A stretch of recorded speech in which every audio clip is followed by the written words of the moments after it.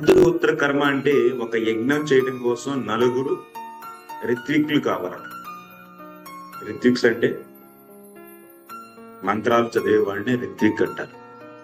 యజ్ఞం చేసేటప్పుడు మంత్రం చదివి దానికి ఆ మంత్రానికి అనుగుణంగా హవిష్ అనేది అగ్నిలో స్వాహ చేస్తూ ఉండాలి. అయితే ఒక యజ్ఞం చేయాలంటే ఎంతమంది రిత్విక్లు కావాలి? నలుగురు.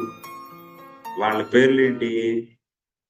హోత, అధ్వర్యు,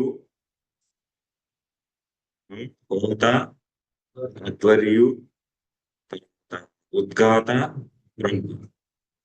హోత, అధ్వర్యు, ఉద్గాత, బ్రహ్మ అని చెప్పి ఎంతమంది రిత్విక్లు ఉంటారు? రిత్విక్ అంటే ఏంటి అర్థం?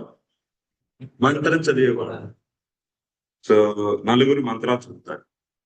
ఈ నలుగురు కలిసి యజ్ఞం అనేది సంపూర్ణం చేస్తుంటారు మంత్రాలు చదివి.